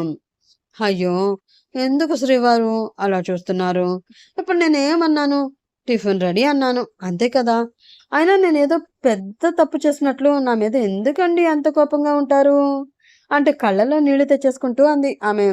అది చూసి కంగారు పడిన అతను ఆమె దగ్గరికి వచ్చి, వసే వసే వసే, ఎందుకే అలా ఏడ్చేస్తున్నావు? ఇప్పుడు నేను నిన్ను ఏమన్నానే? ఒక్క మాట కూడా అనలేదు కదా. నువ్వు ఇలా కన్నీళ్లు పెట్టుకోవడం మా అమ్మ కానీ మా నాన్న కానీ చూశారు అంటే నేనేదో చేసేసాను అనుకుని నన్ను ఇక్కడే కప్పెట్టేస్తారు. కాస్త ఆ ట్యాప్ కట్టేవే, నీకు దండం పెడతాను అంటూ బతిమలాడుకుంటూ ఉన్నాడు అతను. ఆ మాటతో వెంటనే ఫేస్లో ఫీలింగ్ మార్చేసి, అవునా, నేను ఇలా ఏడిస్తే మీ వాళ్ళు మిమ్మల్ని కప్పెట్టేస్తారా? అదే అలా జరగకుండా ఉండాలి అంటే ఈ రోజు నుండి నేను ఏం వండినా అది మీరు తిని ఆహా, ఓహో అంటూ అందరి ముందు పొగిడి నా భార్య కన్నా వంట ఎవరూ బాగా చెయ్యలేరు అంటూ గొప్పలు చెప్తూ ఆఫీస్కి వెళ్ళేటప్పుడు కుదరకపోయినా ఒక బాయ్, వీలవ్వకపోయినా ఒక ముద్దు ఇచ్చి వెళ్ళాలి అంటూ కండిషన్ పెట్టింది ఆమె. ఏంటి తిక్క తిక్కగా ఉందా? కోపంగా అరిచాడు అతను. అదుగో మళ్ళీ మీరు నా మీద అరుస్తున్నారు అంటూ మళ్ళీ ఏడుపు అందుకుంది ఆమె. దేవుడా, ఇదెక్కడ దొరికింది నా ప్రాణానికి అని మనసులో తిట్టుకుని, అలాగే తల్లి, అలాగే, వచ్చాను కదా, పెట్టు, తింటాను, తిన్న తర్వాత పొగిడి చస్తాను అని విసుగ్గా అంటూ డైనింగ్ టేబుల్ దగ్గరకు వచ్చి కూర్చున్నాడు అతను. అది చూసి ముసిముసిగా నవ్వుకుంటూ అతనికి ఇడ్లీ వడ్డించింది ఆమె. అది చూసి మొహం వికారంగా పెట్టుకుని, ఏంటి ఇడ్లీనా? నాకు చిరాకు, నేను తినను అన్నాడు అతను. అత్తయ్య అంటూ మళ్ళీ ఏడుపు మొదలెట్టింది ఆమె. హే భగవాన్ అని మనసులో అనుకుని తల కొట్టుకుంటూ, ఉత్తి ఇడ్లీ ఎలా తింటారు? చట్నీ కూడా తగలేయి పళ్ళు కొరుకుతూ అన్నాడు అతను. 27 పళ్ళు కనిపించేలా నవ్వుతూ, అలాగే అండి అంటూ అతనికి చట్నీ వడ్డించింది ఆమె. అప్పుడే అక్కడికి వచ్చి కూర్చున్నాడు మాధవరావు. గుడ్ మార్నింగ్ మావయ్య అంటూ అతనికి కూడా టిఫిన్ వడ్డించింది ఆమె. కిచెన్ లోంచి వచ్చిన సరళాదేవి ఇడ్లీ తింటున్న కొడుకు వైపు ఆశ్చర్యంగా చూస్తూ, ఏంట్రా నువ్వు ఇడ్లీ తింటున్నావా అంటూ షాకింగ్ గా అడిగింది. ఇందులో షాక్ అవడానికి ఏముందమ్మా, ఈరోజు ఇడ్లీ చాలా బాగుంది, నోట్లో పెట్టుకుంటే ఇట్టే కరిగిపోతుంది, అచ్చం వెన్నలాగా, అందుకే తింటున్నాను, మనసులో మండిపోతున్నా కూడా పైకి నవ్వుతూ అన్నాడు అతను. ఆ మాటకి మూతి 3 వంకర్లు తిప్పి, అంతేరా అంతే, నేను చేస్తే ఇడ్లీ రాయిలా ఉంటుంది, అదే మీ ఆవిడ చేస్తే వెన్నలో నోట్లో పెట్టుకోగానే కరిగిపోతుంది, అందుకే అన్నారు అమ్మ అల్లం పెళ్ళం బెల్లం అని, ఆ మాట ఒక్క రోజులోనే నిజమని నిరూపించేశావుగా అని అంటూ చేతిలో ఉన్న బౌల్ సౌండ్ వచ్చేలాగా టేబుల్ మీద పెట్టి అక్కడి నుంచి వెళ్ళిపోయింది సరళాదేవి. దానితో హతవిధి అంటూ తల పట్టుకున్నాడు అతను.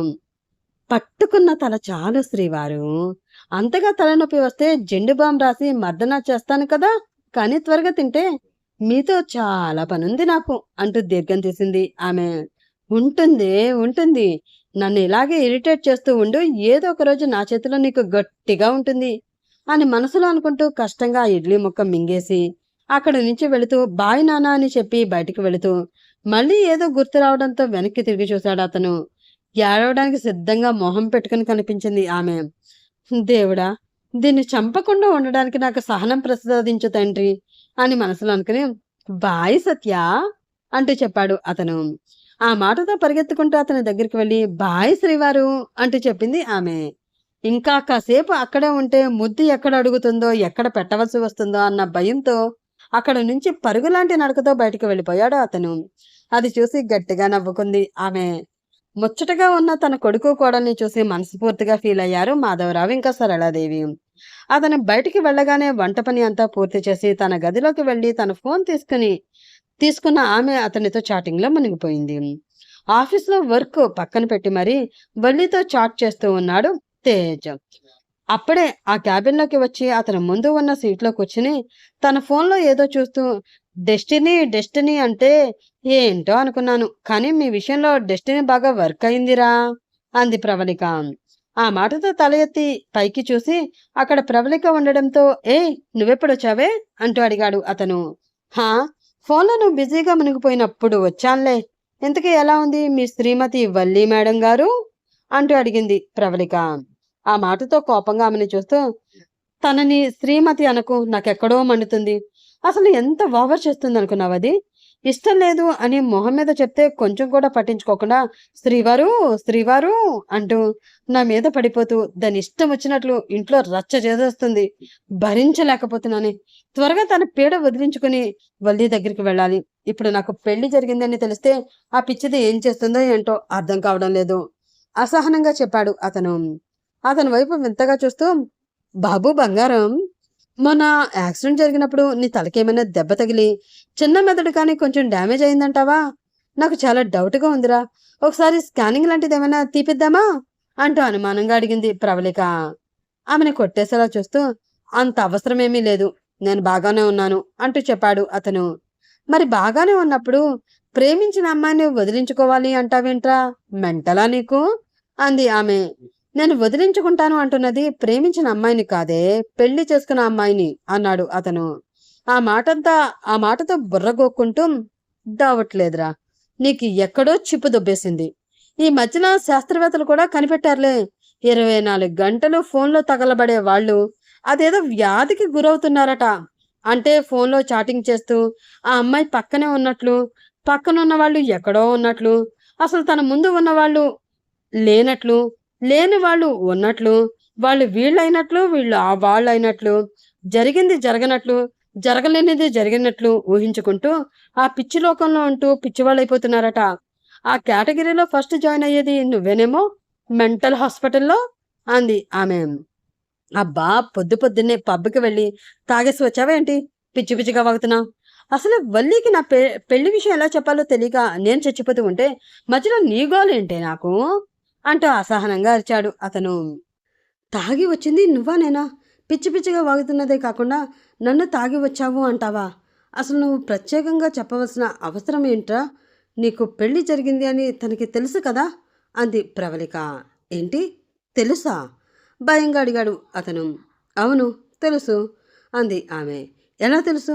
తను నన్ను ఫాలో అవుతుందా? నువ్వు తనని కలిసి చెప్పావా? అసలు తను ఎక్కడ ఉంటుందో నీకు తెలుసా? ఆతృతగా అడిగాడు అతను. హా, బాగా తెలుసు అంది ఆమె. అవునా?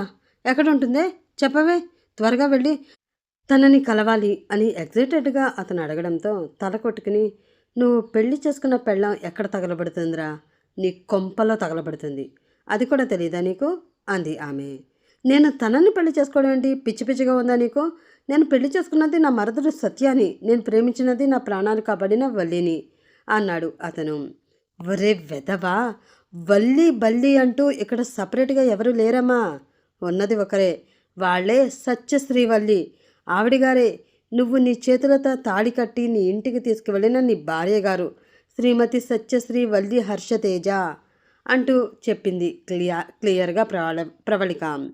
ఆ మాటతో అదిరిపడి ఏం మాట్లాడుతున్నావే నువ్వు? అంటూ అయోమయంగా అడిగాడు అతను. నిజం మాట్లాడుతున్నానురా. అంటే నీకు ఈ విషయం ఇప్పటివరకు తెలీదా? వల్లి చెప్పేసి ఉంటుందనుకున్నానే అని ప్రవళిక అనడంతో నాకేమీ అర్థం కావడం లేదే. పిచ్చి పట్టేటట్లుంది. కొంచెం క్లారిటీగా చెప్పు అన్నాడు అతను. క్లారిటీగా చెప్పడం ఎందుకు, చూపిస్తానుండు అని తన బ్యాగ్లో ఉన్న ఒక పెన్ డ్రైవ్ తీసి అతనికిస్తూ, నువ్వు వల్లిని చూడాలి అని అడిగావు అని హాస్పిటల్కి వెళ్ళి అక్కడ సీసీటీవీ ఫుటేజ్ తీసుకుని వచ్చాను. ఇది చూసావు అంటే నీకు క్లారిటీ వచ్చేస్తుంది అంటూ చెప్పింది ఆమె. ఆ మాటతో ఆతృతగా ఆ పెన్ డ్రైవ్ తీసుకుని సిస్టమ్కి కనెక్ట్ చేసి చూసిన అతనికి మైండ్ తిరిగిపోనట్లు అనిపించింది. అంటే వల్లినే సచనా? దీనమ్మ ఎంత ఆడుకుంది నాతో! అయిపోయావే, వస్తున్నా, కాసుకో అని మాటల్లో మనసులో అనుకుని నేను తర్వాత మాట్లాడతాను అంటూ అక్కడి నుంచి ఫాస్ట్గా బయటికి వెళ్ళిపోయాడు అతను. అది చూసి చిన్నగా నవ్వుకుంది ఆమె. అరగంట పట్టే ప్రయాణాన్ని పావు గంటకి కుదించి ఇంటికి వచ్చిన అతను ఆ ఇంటి వైపు ఒకసారి చూస్తూ, రాక్షసి, రాత్రి నుంచి ఎంత ఆడుకున్నావో ఇప్పుడు నీకు చుక్కలు కనిపిస్తాయి చూసుకోవే అని అనుకుంటూ లోపలికి వెళుతున్న అతనికి ఎదురు వచ్చారు మాధవరావు, సరళాదేవి. వాళ్ళ వైపు చూస్తూ ఎక్కడికి వెళుతున్నారు మమ్మీ అంటూ అడిగాడు తేజ్. చెప్పాను కదరా, దూరపు చుట్టాల పెళ్ళి ఉంది, వెళ్ళాలి అని వెళుతున్నాం. రేపొద్దునే వచ్చేస్తాం. ఇల్లు జాగ్రత్త, పిల్లని భయపెట్టేకు, అర్థమైందా అంటూ చెప్పింది సరళాదేవి. ఆ మాటతో ఒక్కసారిగా ఆమెను కౌగిలించుకుని, జాగ్రత్త మమ్మీ, కంగారు పడి పొద్దున్నే వచ్చేయొద్దు. రేపు సాయంత్రం లేదా ఎల్లుండ పొద్దున్న రండి తీరిగ్గా, ప్రాబ్లం ఏమీ లేదు, నేను మేనేజ్ చేసుకుంటాను అన్నాడు అతను. ఆ మాటతో ముసిముసిగా నవ్వుకుంటూ, ఒరేయ్, నీ పెళ్ళంతో నువ్వు ఏకాంతంగా గడపడానికి మమ్మల్ని బయటికి తోలేయవలసిన అవసరం లేదురా. మీ ఇద్దరూ ఒక వారం రోజులు ఎక్కడికైనా వెళ్ళిరండి. అలా చేయడం మానేసి మమ్మల్ని ఇంటికి రావద్దంటావేంట్రా బుద్ధి లేని విధవా అని తిట్టాడు మాధవరావు. అబ్బా, నేను క్లాస్ మొదలు పెట్టేశాడు అని తలగొక్కుంటూ, అయ్యో అలా ఏమీ లేదు నాన్నగారు, మీరు క్షేమంగా వెళ్ళి క్షేమంగా రండి అని అంటున్నా దగ్గరుండి వాళ్ళని కారు ఎక్కించి వారికి tata bye bye goodbye చెప్పేసి లోపలికి వెళ్ళిన అతనికి డైనింగ్ టేబుల్ దగ్గర అంతా క్లీన్ చేస్తూ ఉన్న వల్లి కనిపించింది. రాక్షసి, దెయ్యం, రాత్రి నుంచి ఎంత ఆడుకున్నావు, అయిపోయావే నువ్వు అనుకుని తన ఫోన్ తీసుకుని, హాయ్ బంగారం, ఏం చేస్తున్నావు అంటూ మెసేజ్ పెట్టాడు అతను. అప్పుడే టేబుల్పై పెట్టిన ఫోన్ వైబ్రేట్ అవడంతో చేస్తున్న పని పక్కన పెట్టి ఆ ఫోన్ వైపు చూసిన ఆమె పెదవులు అందంగా విచ్చుకున్నాయి. ఆ చిన్న చిరునవ్వు చాలు అతని మనసుని కొల్లగొట్టడానికి అన్నట్లుంది ఆ నవ్వు. అది చూసి మురిసిపోతూ, ఏమన్నా నవ్వుతున్నావే బాబు, ఈ నవ్వుతో ప్రాణం తీసేస్తున్నావు అనుకున్నాడు అతను. మెసేజ్ ఓపెన్ చేసి, హాయ్, ఫ్రీగానే ఉన్నాను, తమరేం చేస్తున్నారు అంటూ అడిగింది ఆమె. ప్రస్తుతానికి ఏమీ చేయడం లేదు, కానీ కొంతసేపటి తర్వాత చేయాలి అనుకుంటున్నాను అన్నాడు అతను. అవునా, ఏం చేయాలనుకుంటున్నారేంటి అడిగింది ఆమె. ఏముంది, నా పెళ్ళంతో రొమాన్స్ అంటూ మెసేజ్ పంపించాడు అతను. ఆ మాటకి అదిరిపడిన ఆమె, ఏంటి ఇలా మెసేజ్ చేస్తున్నాడు అని అనుకుంటూ ఒకటికి రెండు సార్లు ఆ మెసేజ్ చదివి అలాగే పంపించాడు అని ఫిక్స్ అయిపోయి, ఏం మాట్లాడుతున్నావు నువ్వు, అంటే నీకు పెళ్ళయిందా అంటూ ఏమీ తెలియనట్లు అడిగింది ఆమె. అయ్యింది. రాత్రి ఫస్ట్ నైట్ కూడా అయింది. మా తొలి కలయిక ఎంత మధురంగా ఉందో తెలుసా? మా ఆవిడ రొమాన్స్లో చాలా ఫాస్ట్గా ఉంటుంది. నేను గదిలోకి వెళ్ళడమే ఆలస్యం. నన్ను గట్టిగా కౌగిలించుకుని నా మొహమంతా ముద్దులు పెట్టేస్తూ ఊపిరి ఆడనివ్వలేదు. ఎర్రగా ఉండే ఆమె పెదవులని సున్నాలా చుట్టి ఒక్కొక్క ముద్దు పెడుతూ ఉంటే స్వర్గలోకం కనిపించింది. ఇంకా ఆ నడువంపులు కనిపించే ఆ చీర కట్టు బాప్రే అనిపించేలా ఉంది ఆ సొగసు. అంత అందమైన అమ్మాయి వచ్చి మీద మీద పడిపోయి నా డ్రెస్ కూడా తనే తీసేస్తే దూరంగా ఉండడం చాలా కష్టమబ్బా. అందుకే ఆ క్షణం నిన్ను మర్చిపోయి తనతో కలిసిపోయాను అంటూ ఒక పొడవైన మెసేజ్ పంపించాడు అతను. అది చదువుతూ అదిరిపడిన ఆమె ఫోన్ దూరంగా విసిరేసింది. ఒక్క క్షణం మైండ్ బ్లాక్ అయినట్లయింది. వీడేంటి ఇలా మాట్లాడుతున్నాడు? రాత్రి ఏమీ జరగలేదు కదా అని మనసులో అనుకోవలసిన మాటలు పైకి అనేసింది ఆమె. అది చూసి చిన్నగా నవ్వుకున్నాడు అతను. వెంటనే ఆ ఫోన్ తీసుకుని అబద్ధాలు చెప్పకు, నువ్వేమీ ఆమెని టచ్ చేయలేదు, దూరంగానే ఉన్నావు అంది ఆమె. దూరంగా ఉన్నానని నీకెలా తెలుసు? నువ్వేమైనా మా మధ్యలోకి వచ్చి చూసావా అంటూ అడిగాడు అతను. చూడలేదు, అయినా నాకు తెలుసు అంది ఆమె. అదే ఎలా తెలుసు అడిగాడు అతను. ఎలా తెలుసు అంటే తెలుసు అంతే, తెలుసు అంది. అదే పాప, ఎలా తెలుసు అని మళ్ళీ కచ్చించి అతను అడగడంతో, ఎలా అంటే నేనే ఆవిడని కాబట్టి, నువ్వు నన్ను దూరం పెట్టి నేనంటే ఇష్టమని నాకే చెప్పావు కాబట్టి అంటూ తొందరపాటులో మెసేజ్ సెండ్ చేసేసి ఆ తర్వాత తల కొట్టుకుని మళ్ళీ ఆ మెసేజ్ డిలీట్ చేయడానికి చూసింది ఆమె. ఆ మాటతో వంకరగా నవ్వుతూ, hello madam, already matter post అయిపోయింది, ఇప్పుడు డిలీట్ చేసిన ఉపయోగం ఉండదు అన్న వాయిస్ వినిపించింది ఆమెకి. దానితో తుళ్ళిపడి అటువైపు చూడగా తన వైపు వంకరగా చూస్తూ కనిపించాడు అతను.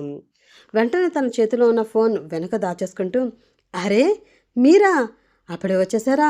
మిరాకిల్, సాయంత్రం వరకు రారు అనుకున్నాను అని తింగరగా నవ్వుతూ అంది ఆమె.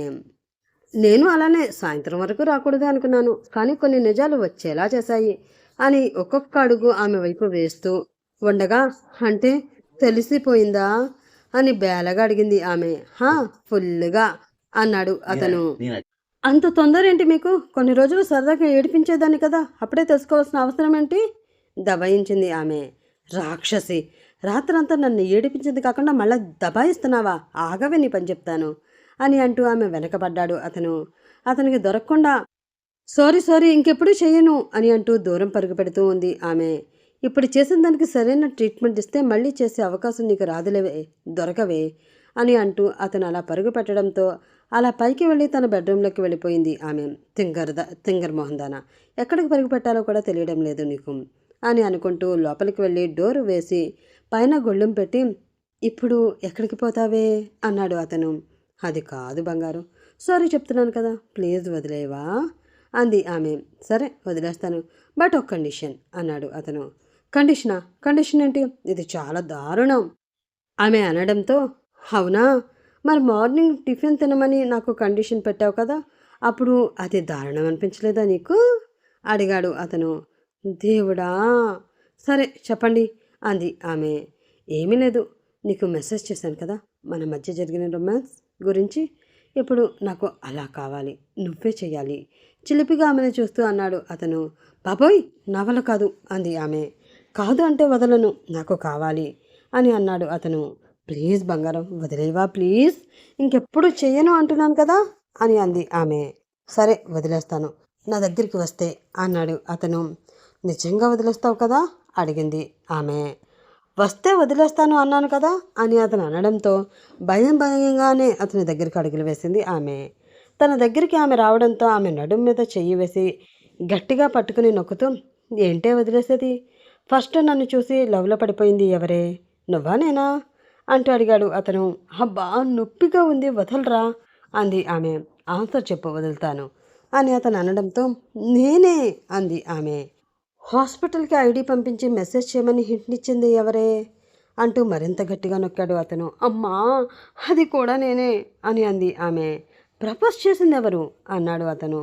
అది కూడా నేనే, వదలరా బాబు, నీకు దండం పెడతాను, ఇప్పటికే ఎర్రగా కందిపోయింది నడుమంతా, ఇంకా అలా నొక్కావంటే ఎటూ కదలడానికి కూడా ఉండదు నాకు అంది ఆమె. దానితో ఆమె నడుం పట్టుకుని ఆమెని తన మీదకి లాక్కుని ఆమె చుట్టూరు చేతులు వేసి బిగించి, మరి ఇన్ని చేసిన దానివి ముద్దు పెట్టమంటే ఎందుకే ఫోర్స్ కొడుతున్నావు అంటే ఆమె కళ్ళలోకి చూస్తూ ప్రేమగా అడిగాడు అతను. ఇవన్నీ చేసిన దానిని అది చేయాలి అంటే సిగ్గుగా ఉందిరా, మా ఆడవాళ్ళు అన్నిట్లోనూ ఫస్ట్ ఉండవచ్చు, కానీ ఫస్ట్ కిస్ మాత్రం మీ మగవాళ్ళే చొరవ చేసి పెట్టుకోవాలి. మెల్లిగా మాకు అలవాటు చేయాలి. ఆ తర్వాత మమ్మల్ని తట్టుకోవడం మీ వల్ల కాదు. చిన్నగా సిగ్గుపడుతూ చెప్పింది ఆమె. ఆ మాటతో చిన్నగా నవ్వుకుంటూ ఐ లవ్ యూ బంగారం అంటూ చెప్పాడు అతను. I love you so much రా అని అంటూ అతన్ని హత్తుకుపోయింది ఆమె. ఆ కౌగిలితతో ఒక రకమైన వేడి ఇద్దరి శరీరంలో పుట్టడంతో చిరుముద్దులు ఆమె మెడవంపులో అద్దుతూ మెల్లిగా ఆమె పెదవుల దగ్గరికి తన పెదవులను తీసుకువెళ్ళి ఒక ఘాటైన మత్తైన ముద్దు ఆమెకి కానుకగా ఇచ్చి నైట్ జరగవలసిన పనికి పగలు శ్రీకారం చుట్టి ముద్దులతో ఆమెను ముంచెత్తుతూ మెల్లిగా బెడ్ పైకి చేరిపోయి నగ్నంగా మారిపోయి ఒకరితో ఒకరు ఆడుకుంటూ ఒకరిలో ఒకరు కలిసిపోయారు. అతను చేసిన పనికి ఒళ్ళంతా హోనమైపోవడంతో గుండెల వరకు బ్లాంకెట్ కప్పుకొని అతని గుండెల్ని తలగడగా చేసుకుని అతనిపై చేతులు వేసి పడుకున్న ఆమె అంతా తెలుసుకున్న తర్వాత నా మీద నీకు కోపం రాలేదా అంటూ నెమ్మదిగా అడిగింది. ఆమె తలని చిన్నగా నిమురుతూ కోపం ఎందుకే అంటూ అడిగాడు అతను. ప్రేమ అంటూ నీ వెంటపడి వేరేవారిని పెళ్లి చేసుకున్నాను కదా, మరి అలా చేస్తే కోపమే కదా రావాలి. పెళ్లి చేసుకున్న తర్వాత నువ్వు తేజ్ అని తెలిసింది. అంతకుముందైతే నువ్వు హర్ష అని మాత్రమే కదా నాకు తెలుసు. మరి అలా చేసి నేను తప్పు చేశాను కదా, దానికి నీకు కోపం రాలేదా అంటూ అడిగింది ఆమె. ఏమోనే, నేను ఆ విషయం గురించి అంత ఆలోచించలేదు. ఒక విధంగా చెప్పాలి అంటే నేను కూడా పెళ్లి చేసుకున్నాను కదా, అది కూడా మా నాన్న బలవంతం బ్లాక్మెయిల్కి లొంగిపోయి. ఏమో, నీ విషయంలో కూడా అదే జరిగి ఉండవచ్చు కదా. చాలా సంవత్సరాలు దూరంగా ఉన్న అన్నా చెల్లెళ్ళు కలవడం కోసం నా ప్రేమను వదులుకోవడానికి నేను ఎలా సిద్ధపడ్డానో నువ్వు కూడా అలాగే సిద్ధపడి ఉండవచ్చు కదా. ఏదైనా ఒక తప్పు జరిగింది అంటే తను తప్పు చేసింది అని ఎదుటి వాళ్ళని దూషించే ముందు అసలు తను ఆ తప్పు ఎందుకు చేయవలసి వచ్చింది, తనకు ఉన్న కారణం ఏమిటి అని ఆలోచిస్తే ఎవరి మీద ఎవరికి కోపం రాదే. చాలా చిన్నది మన జీవితం. ఈ చిన్న జీవితంలో కోపాలు తాపాలు పంతాలు పట్టింపులు అని కూర్చుంటే జీవితం కరిగిపోతుంది అంతే తప్ప కరిగిపోయిన కాలం వెనక్కి తిరిగి రాదు. ఎక్కడి వరకు ఎందుకు, మన పేరెంట్స్ విషయమే తీసుకో. 25 సంవత్సరాలు ప్రాణంగా పెరిగిన అన్నా చెల్లెళ్ళు దూరమై ఏం సాధించారు? పంతాలు పట్టింపులతో కన్నీళ్లను మూట కట్టుకుని తమతో ఉంటున్న వారికి కూడా కాస్త బాధని పంచారు అంతే కదా. అంతకు మించి ఏం సాధించారు వాళ్ళు? ఏదో మనం కరెక్ట్గా ఉన్నట్లు ఎదుటి వాళ్ళు తప్పు చేస్తున్నట్లు అన్నీ వాళ్ళ నెత్తుల మీద వేసేసి దూరం చేసేసి ఏకంగా హత్యలు చేసే వరకు వెళ్ళిపోతున్నారు. కానీ అది రాంగ్ రా. పంతాలు పట్టింపులు పరువు ప్రతిష్టలు అన్నిటికన్నా చాలా ముఖ్యమైనది విలువైనది ప్రాణం. ఆ ప్రాణం ఉంటేనే ఏదైనా. ఒకసారి ఆ ప్రాణం పోతే మిగిలేది శూన్యం. ఏ క్షణాన పోతామో తెలియని ప్రాణాన్ని మనతో పెట్టుకుని మన చుట్టూ ఉన్న వాళ్ళని దూరం చేసుకోవడం మాత్రం నాకు నచ్చదు. అందుకే నువ్వే వల్లి అని తెలిసినప్పుడు సంతోషించాను తప్ప నన్ను మోసం చేసి నువ్వు వేరే పెళ్లి చేసుకున్నావు అని ఆలోచించను కూడా. నా ప్రేమ నాకు కొన్ని రోజులు బాధని పంచవచ్చు, కానీ ఆ బాధ వల్ల కొంతమంది సంతోషపడతారు అంటే ఏదో ఒక రోజు ఆ సంతృప్తితో నేను సంతోషంగా ఉంటానని ముందుకు వెళ్ళిపోవడమే తప్ప నిన్ను నిలదీసి అపార్థం చేసుకుని దూరం చేసుకునే శక్తి నాకు లేదు అని అంటూ ప్రేమగా ఆమె నుదుటి మీద ముద్దు పెట్టుకున్నాడు అతను. అతని కళ్ళల్లోకి ప్రేమగా చూస్తూ అతని మరొకసారి అల్లుకుపోయి ఐ లవ్ యూ బంగారం, I love you so much. మొదటి చూపుల్లోనే నిన్ను చూసి నేను ప్రేమలో పడిపోతే ఇప్పుడు నీ మాటలతో నన్ను పూర్తిగా నీ మాయలో పడేశావు. ఇంకా జీవితాంతం నీతో సంతోషంగా బ్రతికేస్తాను అన్న నమ్మకం నాకు వచ్చింది. ఈ నమ్మకం చాలురా బ్రతికున్నన్నాళ్ళు హాయిగా ఉండడానికి అని అంటూ మరొక్కసారి తనే అడ్వాంటేజ్ తీసుకుని అతనితో కలిసిపోయింది ఆమె. ఆ విధంగా అతని కోరిన కోరిక కూడా తీరిపోయింది. ఇంక ఈ కథకి సమాప్తం. మరొక కథలో కలుసుకుందాం. అప్పటి వరకు బాయ్ బాయ్ ఫ్రెండ్స్.